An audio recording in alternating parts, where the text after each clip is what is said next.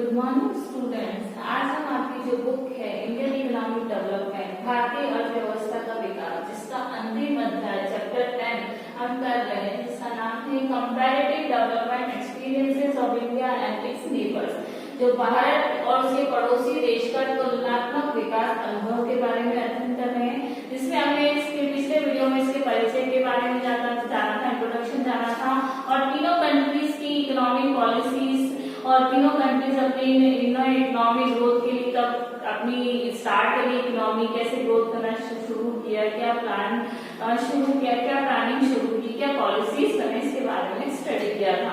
आज हम देखते हैं कि जो तीनों कंट्रीज की जो जीडीपी है डिफरेंट सेक्टर्स में, जो क्षेत्र है, सकल घरेलू उत्पाद ग्रोथ डोमेस्टिक प्रोडक्शन का विभिन्न क्षेत्रों में क्या योगदान रहा है, कैसे कॉन्ट्रीब्यूशन रहा है, उसकी कंपैरेटिव स्टडी करेंगे।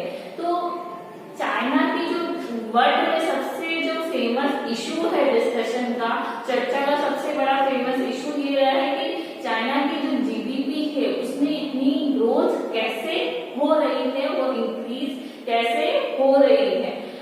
चाइना की अगर हम जीडीपी देखें तो वो है 22.5 ट्रिलियन। अब ट्रिलियन क्या होता है? ट्रिलियन को हम दो टर्म में यूज करते हैं, लॉन्ग टर्म और शॉर्ट टर्म। लॉन्ग टर्म और शॉर्ट टर्म में जो ट्रिलियन होता है उसकी पावर होती है 10 पावर 12, और लॉन्ग टर्म के लिए जब इसका यूज करते हैं तो जो इसकी पावर होती है वो 18 होती है। और चाइना की जो जीडीपी है वो 22.5 ट्रिलियन है, जबकि इंडिया की जो जीडीपी है वो है 9.3 ट्रिलियन, और पाकिस्तान उसकी जीडीपी है 1.1 ट्रिलियन। तो हम देख रहे हैं कि चाइना की जो जीडीपी है वो 2 डिजिट्स में है, जबकि इंडिया और पाकिस्तान की जो जीडीपी है वो केवल 1.1% है, 1.1 ट्रिलियन ही है। तो हम देखें कि कितनी कम जीडीपी है कंपैरेटिवली।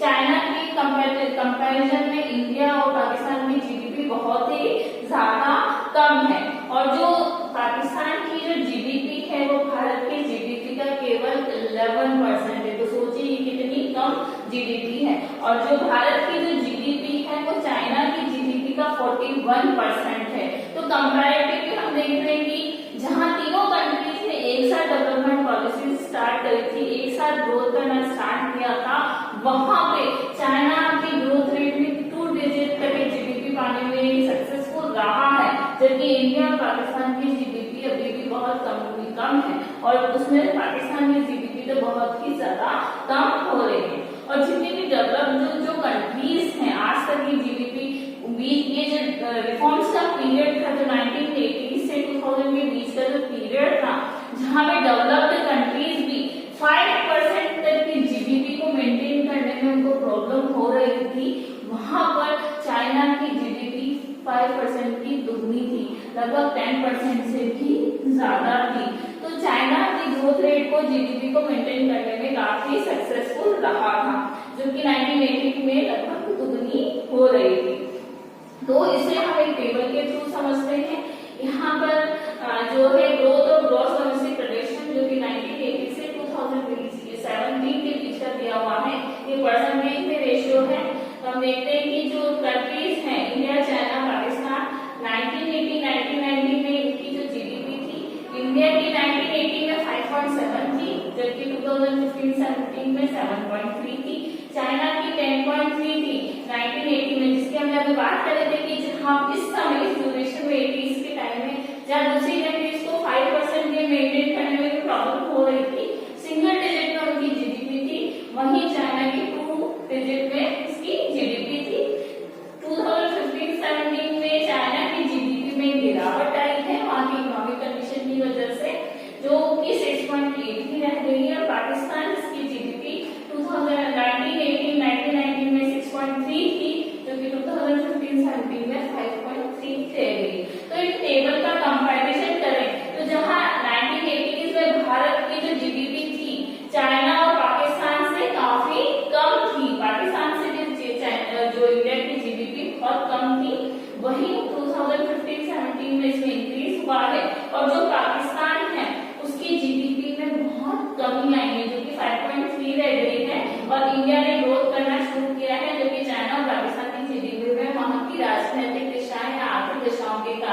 वहां पे उसमें कमी आई है, जीडीपी के परसेंटेज में कमी आई है। फिर भी अब इस समय चाइना अपनी जो जीडीपी है उसे 22.5 तक बनाने में कामयाब रहा है।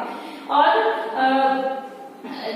1980 तक हम देख रहे हैं कि भारत और चाइना और पाकिस्तान भारत से आगे थे, लेकिन धीरे धीरे इंडिया ने भी अपनी पॉलिसीज को आगे डेवलप किया और इन दोनों कंट्रीज से आगे अपनी जीडीपी को मेंटेन करने में सफल रहा है। और चाइना जो है उससे थोड़ी सी गिरावट का सामना करना पड़ा। पाकिस्तान में तो जो रिफॉर्म्स प्रोसेस चल रहा था, जो सुधार प्रक्रिया चल रही थी, इनकी जीडीपी के गिरने का मेन कारण था कि जो पॉलिटिकल इंस्टेबिलिटी थी, राजनीतिक अस्थिरता थी, जिसके कारण पाकिस्तान को अपनी जीडीपी में कमी का सामना करना पड़ रहा था।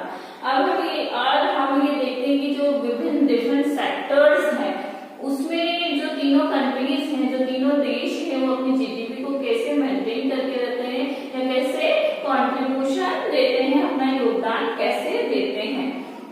तो जब हम कंपैरेटिव स्टडी करें, हमने पहले भी पढ़ा था कि जो चाइना और पाकिस्तान है वहां पर भारत की अपेक्षा, इंडिया की अपेक्षा अर्बनाइजेशन ज्यादा है, नगरों में रहने वाली जनसंख्या ज्यादा है परिस्थिति की रूरल एरियाज में या ग्रामीण क्षेत्रों में रहने वाली जनसंख्या की अपेक्षा। भारत में ग्रामीण जनसंख्या का प्रतिशत दोनों देशों से काफी ज्यादा है, क्योंकि चीन की जो ट्रॉपिकल एंड क्लाइमेट कंडीशन है, ट्रॉपिकल मीन्स वहाँ की जो स्थलाकृति है और जो भौगोलिक ज्योग्राफिकल कंडीशंस है और क्लाइमेट जो कंडीशंस है वो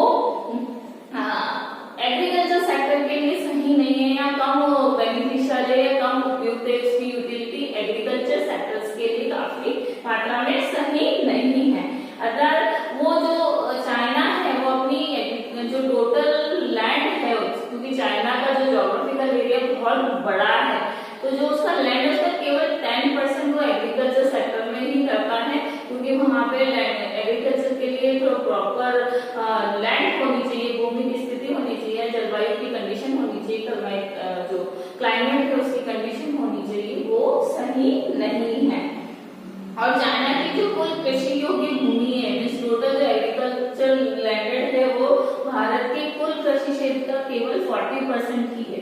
मीन्स अगर भारत के एग्रीकल्चर लैंड हम 100% माने तो चाइना की एग्रीकल्चर लैंड केवल 40% ही है। तो कुल मिला के चाइना में एग्रीकल्चर लैंड या एग्रीकल्चर सेक्टर का डेवलपमेंट काफी कम है। और 1980 तक चाइना जो था वो अपनी 80% जीविका के लिए वहां पे उसके ज्योग्राफिकल रीजन का तो केवल 10% ही उसके पास है, और जो इंडिया की जो एग्रीकल्चर लैंड का 40% वो उसके पास है, उसमें वो काम करता है, कृषि योग्य भूमि उसके पास है। लेकिन 1980 से पहले वहां पर 80% पॉपुलेशन, 10% एरिया में 80% पॉपुलेशन एग्रीकल्चर पर डिपेंडेंट थी, कृषि पर निर्भर थी, जिसे धीरे धीरे चाइना ने अर्बनाइजेशन या इंडस्ट्रियलाइजेशन की ओर मोटिवेट किया। इसके बारे में हम हमारे पिछले वीडियोस में तो काफी कुछ पढ़ चुके हैं। और वहाँ की जो गवर्नमेंट थी उन्होंने वहाँ के लोगों को जो एग्रीकल्चर वर्क है उसको त्यागने के लिए, उसे न करने के लिए मोटिवेट किया, और जो हस्तशिल्प थे, जो हैंडीक्राफ्ट था, उसे उसमें या जो कमर्शियल ट्रेड है या ट्रांसपोर्टेशन है उसमें जाने के लिए मोटिवेट किया। तो वहाँ की गवर्नमेंट ने ऐसे प्रोग्राम और ऐसी पॉलिसीज बनाई कि जो लोग एग्रीकल्चर वर्क में लगे हुए हैं वो उन्हें छोड़कर उससे दूसरे वर्क में, जैसे कि हैंडीक्राफ्ट्स हैं या ट्रांसपोर्टेशन है, कमर्शियल वर्क है, इंडस्ट्रियलाइजेशन सेक्टर है, उसके जाने के लिए मोटिवेट किया था। इसके लिए उन्होंने ग्रेट लीप फॉरवर्ड प्रोग्राम भी स्टार्ट किया था। 2018-19 तक जो यहाँ पर 27% से वो श्रमिकों के साथ कृषि में चाइना ने अपना जीडीपी में 7% योगदान दिया था। मतलब कि वहाँ पे जो जितने लेबर्स थे उसमें से 27% लेबर्स थे, तो चाइना के जो एग्रीकल्चर सेक्टर में 7% कंट्रीब्यूशन किया था, 7% अपना योगदान दिया था। इन चीजों को हम डिफरेंट सेक्टर्स के अंदर और एक चार्ट के द्वारा, टेबल के द्वारा हम समझते हैं। जो sectoral share of employment and GDP की क्षेत्रवार जो रोजगार में और जीडीपी में कैसा कंट्रीब्यूशन रहा तीनों का, और तीनों की कंपैरेटिव स्टडीज के बारे में हम स्टडी करते हैं। तो हम देखते हैं यहाँ उनका सबसे पहले हम एक कॉलम देखते हैं, दो कॉलम्स में डिवाइडेड है। एक में है कंट्रीब्यूशन टू जीडीपी और दूसरा डिस्ट्रीब्यूशन ऑफ वर्क प्लेस। तो पहले हम कंट्रीब्यूशन टू जीडीपी के बारे में देख लेते हैं। तो सेक्टर्स दे रखे हैं agriculture, industry and service sector, और तीनों कंट्रीज के कंपैरिजन कर रखा है इंडिया, चाइना एंड पाकिस्तान। तो एग्रीकल्चर सेक्टर में जहां इंडिया के 16% जो जीडीपी मिलती है, तो जो टोटल जीडीपी उसका 16% इंडिया को एग्रीकल्चर सेक्टर से मिलता है। कि जो जीडीपी सकल घरेलू उत्पाद है, ग्रॉस डोमेस्टिक प्रोडक्शन है, उसमें जो एग्रीकल्चर कृषि क्षेत्र है उसका 16% योगदान रहता है। चाइना में केवल 7% रहता है और पाकिस्तान में 24% इसका योगदान रहता है। जबकि इंडस्ट्रियल सेक्टर है, जो औद्योगिक क्षेत्र है, उसमें इंडिया का 30% कंट्रीब्यूशन है। क्योंकि हम देख रहे हैं धीरे धीरे इंडिया में भी, हमने पिछले अपने चैप्टर से पढ़ा था कि इंडिया में भी जो है एग्रीकल्चर से धीरे धीरे इंडस्ट्रियल और सर्विस सेक्टर की ओर हम बढ़ रहे हैं। तो इंडस्ट्रियल जो सेक्टर है वो 2018-19 का 30% है। चाइना का इंडस्ट्रियल सेक्टर मतलब 40% जो पॉपुलेशन है वहाँ की, वो अपना जीडीपी में कंट्रीब्यूशन देती है। 41% उनका जीडीपी में कंट्रीब्यूशन रहता है, जितना भी इनकी जो कंट्रीब्यूशन है जीडीपी में सारे सेक्टर्स का, और पाकिस्तान में इंडस्ट्री का केवल 19% रहता है। तो हम देख रहे हैं कि इंडस्ट्रियल सेक्टर में भी चाइना काफी आगे है औद्योगिकीकरण की नीतियों में, और जिसका जीडीपी में कंट्रीब्यूशन चाइना में काफी ज्यादा है। और भारत का और पाकिस्तान का तो बहुत ही ज्यादा कम है। पाकिस्तान में तो केवल 19% है, जबकि इंडिया में 30% है। और सर्विस सेक्टर, ये तीनों सेक्टर्स में कंट्रीब्यूशन धीरे धीरे बढ़ता जा रहा है।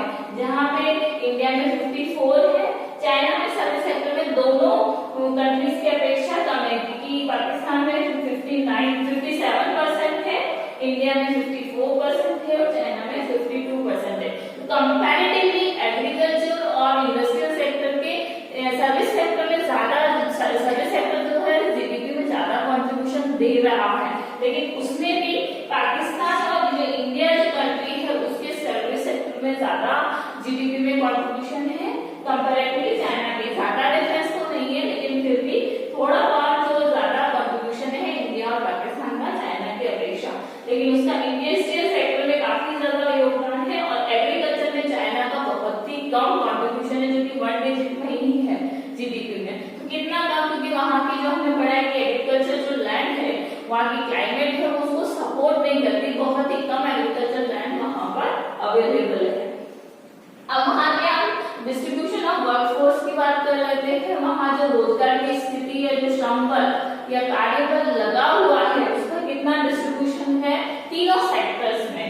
सेक्टर्स हमारे एग्रीकल्चर, इंडस्ट्रियल और सर्विस सेक्टर, कृषि क्षेत्र, औद्योगिक क्षेत्र और सेवा क्षेत्र, तीनों में जो वर्कफोर्स है वो कितना लगा हुआ है। तो इंडिया का जो है टोटल जो वर्कफोर्स का एग्रीकल्चर सेक्टर में 43% हम मानते हैं, चाइना का 26%, पाकिस्तान का 41%। तो चाइना का जो वर्कफोर्स है वो एग्रीकल्चर सेक्टर में कंपैरेटिवली कम है, क्योंकि वहाँ पे ऐसी इतनी ज्यादा लैंड अवेलेबल भी नहीं है, और वहाँ की जो गवर्नमेंट है वो लोगों को एग्रीकल्चर सेक्टर से दूसरे सेक्टर्स में ज्यादा मोटिवेट कर रही है।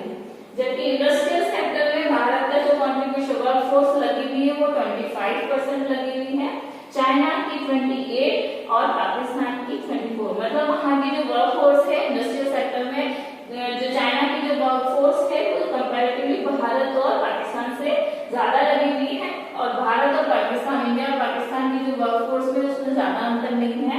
पाकिस्तान की 24 है और भारत की 25 है।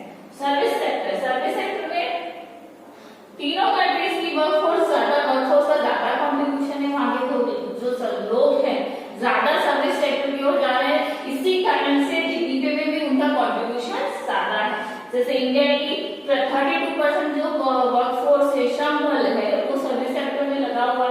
जबकि चाइना का 46, मतलब बहुत ज्यादा कंट्रीब्यूशन है वर्कफोर्स का सर्विस सेक्टर में, और पाकिस्तान का के 35%। तो कंपैरेटिवली इंडिया में सर्विस सेक्टर में लोग कम लगे हुए हैं, चाइना में बहुत ज्यादा है, पाकिस्तान में थोड़ा उससे कम है।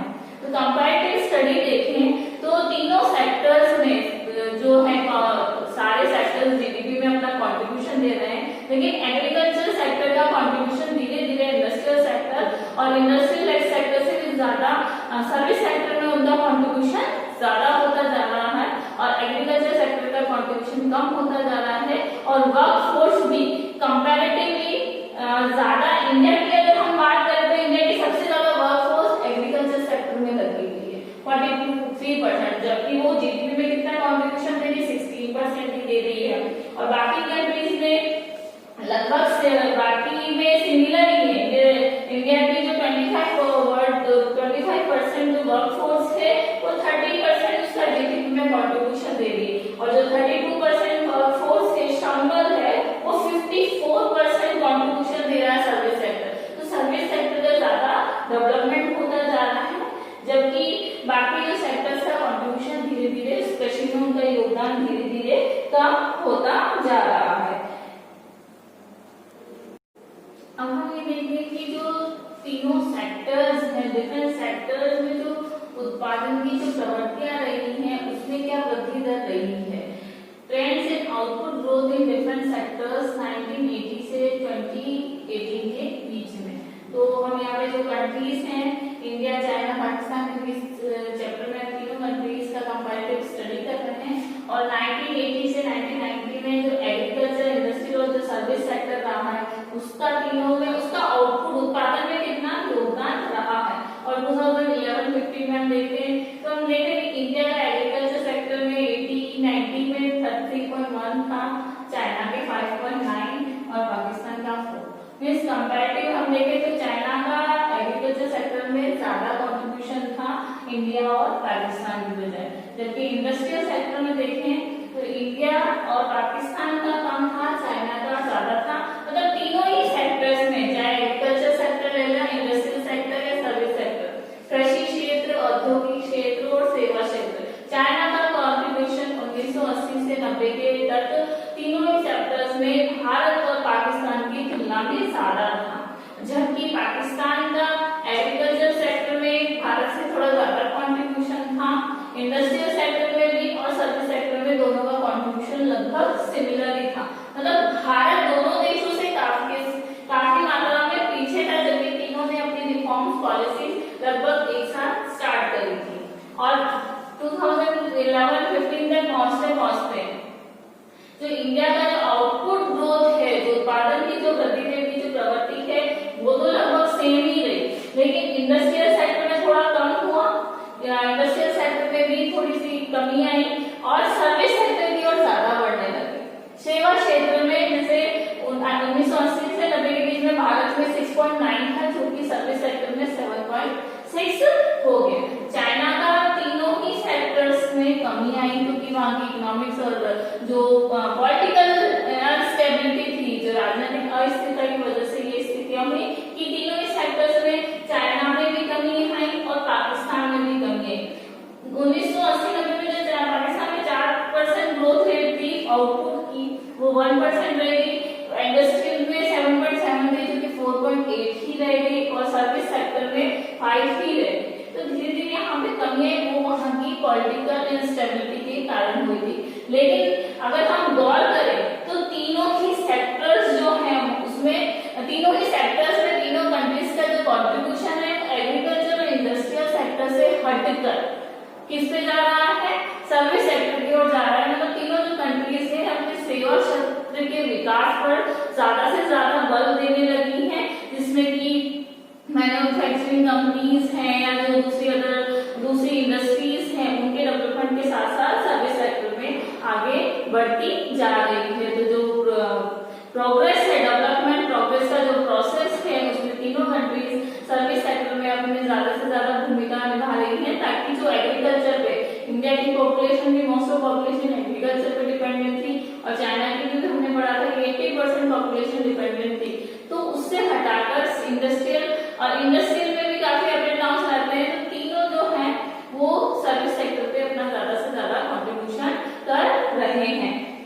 तो कुल मिला के अगर हम सबकी स्टडी करें, देखें, बात करें तुलनात्मक कि उनका जीडीपी में जो कंट्रीब्यूशन रह रहा है या जो दूसरी पॉलिसीज है उसका जो इफेक्ट है वो किस प्रकार से बढ़ रहा है, तो इसमें हम देख सकते हैं कि सभी कंट्री जिन्होंने अपनी इकोनॉमिक पॉलिसीज लगभग जो पंचवर्षीय योजनाएं जो 1950 से स्टार्ट कर दी थी, भारत ने सबसे पहले 1951 में स्टार्ट करी थी, चाइना ने 1956 के करीब और पाकिस्तान ने 1953 के करीब, ये जो पॉलिसीज स्टार्ट करी थी लगभग सिमिलर ही करी थी, लेकिन फिर भी भारत इन सबसे काफी हद तक पीछे रह गया है इकोनॉमिक डेवलपमेंट में, जीडीपी में, जबकि चाइना इतनी ग्रोथ करने के बाद भी, हालांकि उसकी जीडीपी में भी कमी आई, वृद्धि हुई, कमी आई, लेकिन फिर भी वो बहुत डिजिट तक की अपनी जीडीपी को मेंटेन करने में काफी हद तक कामयाब रहा है। और तीनों ने जो इंडस्ट्रियल रिफॉर्म्स थे करीब 1980 से 1990 के बीच में स्टार्ट किए थे। इंडिया में 1991 से स्टार्ट हुए थे, पाकिस्तान में 1988 के करीब, चाइना में भी 1980s के करीब, मतलब लगभग सिमिलर ईयर्स में इन्होंने इंडस्ट्रियल पॉलिसीज, इंडस्ट्रियल रिफॉर्म्स किए थे, जिन्होंने इस सेक्टर में इनका कंट्रीब्यूशन तो बढ़ाया। लेकिन अगर हम कंपैरेटिव स्टडी करें तो भारत जो है चाइना से काफी पीछे है डेवलपमेंट के मामले में। पाकिस्तान में शुरुआत में तो ये डेवलपमेंट भारत से कहीं ज्यादा था, लेकिन वहां की पॉलिटिकल इंस्टेबिलिटी के कारण, राजनीतिक अस्थिरता के कारण उसे अपनी जो आर्थिक स्थिति में पीछे जाना पड़ रहा है, वो पीछे धीरे धीरे पिछड़ता जा रहा है, जबकि वो पहले भारत से कहीं ज्यादा गुना अच्छी स्थिति में था। और तीनों सेक्टर्स में भी, चाहे हम देखें कि तीनों कंट्रीज में जो है एग्रीकल्चर सेक्टर पे ज्यादा बर्डन है, ज्यादा पॉपुलेशन जो है वहाँ की एग्रीकल्चर पर डिपेंडेंट है, लेकिन वहाँ पे जो लैंड है, वो भूमि है, वो बहुत कम है। तो तीनों सेक्टर्स जो ऐसी पॉलिसीज को डेवलप करने की कोशिश कर रहे हैं, ऐसी इकोनॉमिक कंडीशन क्रिएट कर रहे हैं जिससे कि लोग ज्यादा से ज्यादा एग्रीकल्चर सेक्टर पे डिपेंडेंट कम रहें और दूसरे सेक्टर्स पे ज्यादा डिपेंडेंट रहें। तो हम कह सकते हैं कि ये सर्विस सेक्टर में ज्यादा अपना कंट्रीब्यूशन करते जा रहे हैं, धीरे धीरे अपने कंट्रीब्यूशन को बढ़ाते जा रहे हैं। तो कुल मिला के तुलनात्मक अध्ययन करने के बाद हम ये कह सकते हैं कि हम जो विकास की प्रक्रिया अपना रहे हैं उसमें अपने कंट्रीब्यूशन को और अधिक बढ़ाना होगा दूसरे देशों के मुकाबले, क्योंकि हमारी जो पॉपुलेशन है वो वर्ल्ड की सेकंड लार्जेस्ट पॉपुलेशन है। तो हमें अपनी पॉपुलेशन को ध्यान में रखते हुए अपनी इकोनॉमिक ग्रोथ को और ऐसी पॉलिसीज लानी होंगी जिससे ज्यादा से ज्यादा बढ़ाकर हमारी जो इकोनॉमिक कंडीशन है उसको इम्प्रूव कर सके और वर्ल्ड की इकोनॉमी में अपना कॉन्ट्रीब्यूशन कर सके, जिससे कि हम पहले से कहते आ रहे हैं कि जो हमारे पास इतने रिसोर्सेज हैं कि इंडिया जो है वर्ल्ड की थर्ड मोस्ट पावरफुल कंट्री बन सकती है। तो हमें ऐसी पॉलिसीज डेवलप करनी होंगी कि जितने भी रिसोर्सेज हमारी कंट्री में अवेलेबल हैं हम उसे जो हमारी कंट्री के यूटिलाइजेशन में अच्छे से लगाएं, उसका मैक्सिमम यूटिलाइजेशन करें, जिससे कि हमारी कंट्री की इकोनॉमिक ग्रोथ के साथ साथ लोगों की जो वेलफेयर है वो साथ में आगे बढ़ता रहे। इस वीडियो में हम इतना ही करेंगे, बाकी का चैप्टर हम नेक्स्ट वीडियो में कंटिन्यू